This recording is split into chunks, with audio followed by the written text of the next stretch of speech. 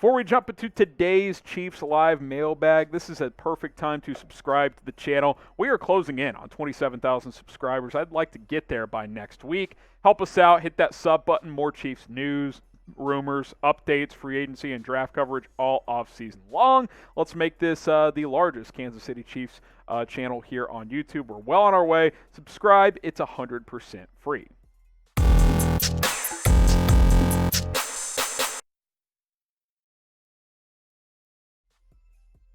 I'm your host, Harrison Graham. Kicking off today's mailbag is Daniel Lamberth, hashtag Chiefs. Should the Chiefs sign Shane Ray?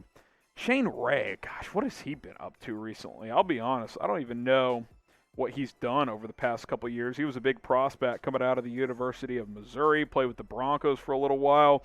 He has not played since 2018, so I would probably say no. I don't really have much interest in Shane Ray.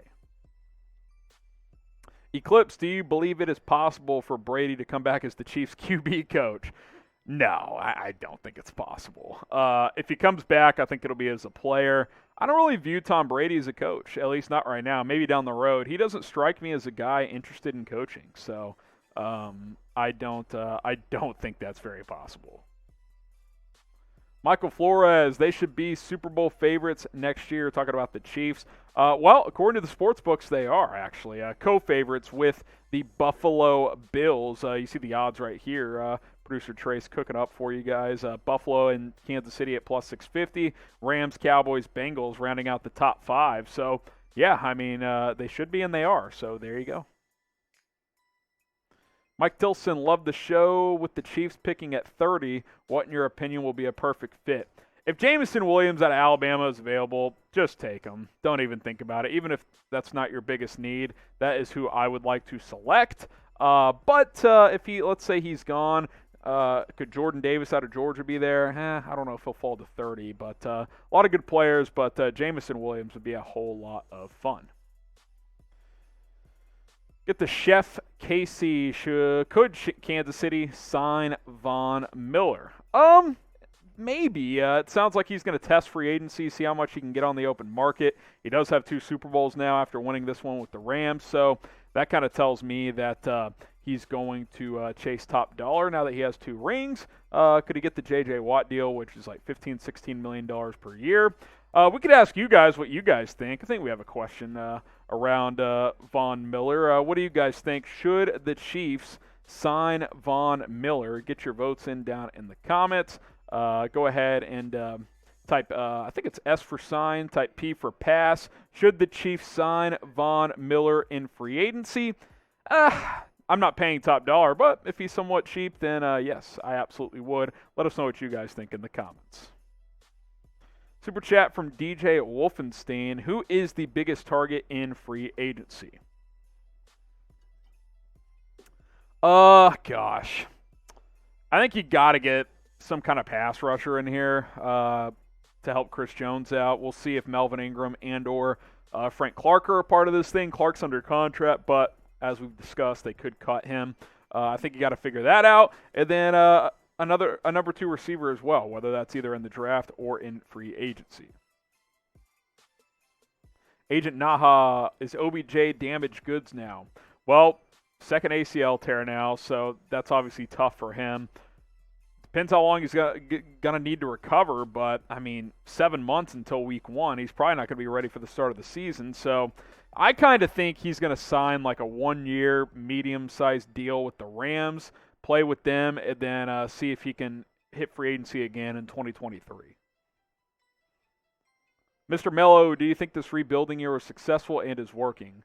Well, the Chiefs didn't rebuild. They don't rebuild at this point. They're trying to reload every year, try to make a run at the Super Bowl. But look, you made the AFC Championship game. You should have won it. It was a good year, not a great year based on recent standards, but I would say this stretch of 4 straight AFC Championship games, yeah, what the Chiefs are doing, it's working. RJ King Shark, what could they upgrade on the offense and defense? Offense, another receiver, maybe an offensive lineman, maybe tight end, but you got Kelsey. I like Noah Gray and Jody Fortson's potential, so you're probably okay there. Defense, the secondary, safety and corner could be a spot, especially if Tyrann Mathieu doesn't return. We'll see what happens to Charvarius Ward, who quietly had a good year. And then pass rush. I think you're in a good spot at linebacker, but outside of Chris Jones, your front four needs some work. Today's show sponsored by Fanatics, and hey, fellas, I know you're watching. I know some of you forgot about Valentine's Day, but you can still order this long sleeve shirt for 25% off at chatsports.com/ChiefsLong. You can just pull the, hey, honey, the mail, it's running delayed. I ordered this 2 weeks ago. It'll be in soon. They won't know the difference. It's the thought that counts. chatsports.com/ChiefsLong. Get yourself a Chiefs long sleeve t-shirt today. Link will be in the comments and in the description. Severio Ochipinti. Keep an eye on the Saints situation with their cap. All their good players could become available. Potentially, we'll see how the Saints handle some of their contracts, their cap situation. Certainly, they've got some tricky ones coming up. I'm curious to see what they do with Michael Thomas if they cut or trade him. Producer Trace says they're probably going to keep him. There was a report that came out, but they're going to have to make some decisions on some of their guys. We'll see what happens. Tony Fuentes says he is happy that the Cincinnati Bengals lost. I'm just glad we got a good game. I understand where you're coming from, Tony, but, I'm just glad it wasn't a blowout at the end of the day. Use hashtag Chiefs for Super Chat to continue to get your questions on the show. KD Hawk, why aren't Chiefs fans more positive? This last year was epic negativity. I do think it's a good point, Katie. Look, I'm frustrated at what happened. You blow a 21-3 lead. You don't make it to the Super Bowl because of it. I get that. It sucks. You start 3-4. That wasn't fun either. You went 12-5, and you were one play away from the AFC Championship game, or from the Super Bowl. It could be a lot worse. We have to acknowledge that, guys. Chiefs fans this is a spoiled time to be a Chiefs fan. This is rare to go to 4 straight conference title games and 2 straight Super Bowls, and you're still clearly in your win now window for the next few years. Take advantage of it. This is an awesome time, and you've got your quarterback for the next decade plus. So this is rare territory for an NFL franchise. Rex, did you like the Super Bowl halftime show? I loved it. 50 Cent and those guys, that takes me back to being a teenager. That was my first iPod. Yeah, 50 coming out upside down. That was fun. I get it. Hip-hop's not for everybody. Well, country music isn't for everybody either. Everybody's got a different flavor. I try to enjoy all music and respect, the different music genres and talents and cultures that these different artists come from. We all have different backgrounds, right? I thought it was a blast. I love Snoop. I love 50 Cent. Eminem's a baller. It was fun, man. If you didn't like it, hey, that's your choice. No big deal. I'm not going to body you for that. But for me, hey, I thought it was a grand old time. RJ King Shark, what do you think of the signing of Cameron Jordan?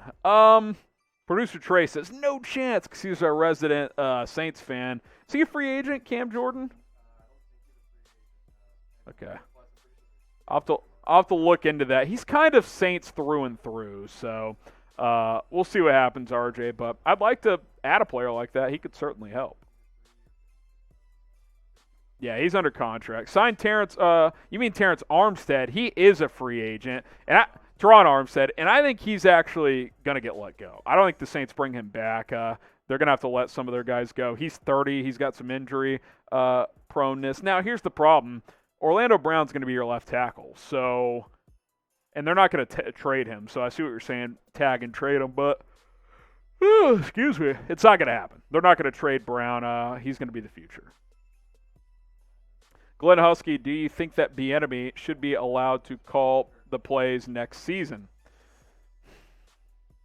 This is a tough one. I don't think if you're Andy Reid, you should compromise what you think is best for the team just to keep Eric Bieniemy. Now, maybe Andy Reid can wake up and say, you know what, I've done this forever. It's time for Eric to be our play caller. I'll just be the CEO type. I'll still have input, but Bieniemy will call the plays. Sure, if he comes to that conclusion, I'm fine, but it shouldn't be the only way he can stay is if I get to let him call plays. Don't compromise what you want to do as a coach to keep a coach. I think those are things that the two will have to talk about moving forward. What is your favorite number? Just a random question. Favorite number out there? I liked a lot of numbers growing up. 7, 12, 21, 3, 2. Those are all some of the numbers I liked playing sports as a kid. Let me know what your favorite number is. Last question on this first mailbag here. Hashtag Chief Super Chat for mailbag number 2. Is it time for Andy Reid to call it a career? Would Eric Bieniemy be the coach in waiting? I don't think they'll designate a coach in waiting, but I don't really think so. Andy Reid's still a top 3 NFL coach, guys. I mean, sure, has he had moments in big games at times in his career where you're like, that didn't make sense?